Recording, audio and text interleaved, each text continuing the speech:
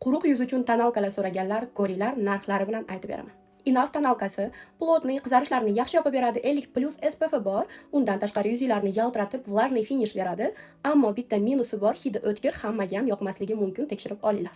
Ikkinchisi Catrice Invisible. O'z nomi bilan невидимый, yupqa, yengil qo'yiladi, lekin matviy finish beradi. Bundan oldin albatta namlantiruvchi kremni ishlatishni maslahat beraman, quruq yuzlilar. Yuzinglarga juda ham chiroyli yotib beradi. Minusi sivrotkaga o'xshagan suyuq.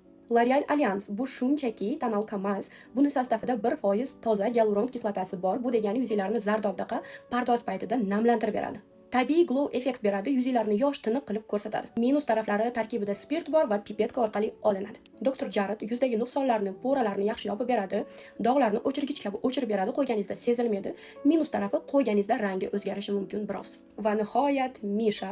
Bu yuzinglarda hammasi bitta rolini o'ynaydi. Baza, namlantiruvchi krem, SPF hammasini o'rnini egallay oladi va yuzinglarga juda ham yaxshi yotib beradi. Quruq teri uchun juda ham mos, tarkibida gialuron kislotasi, kollagen va moylar bor.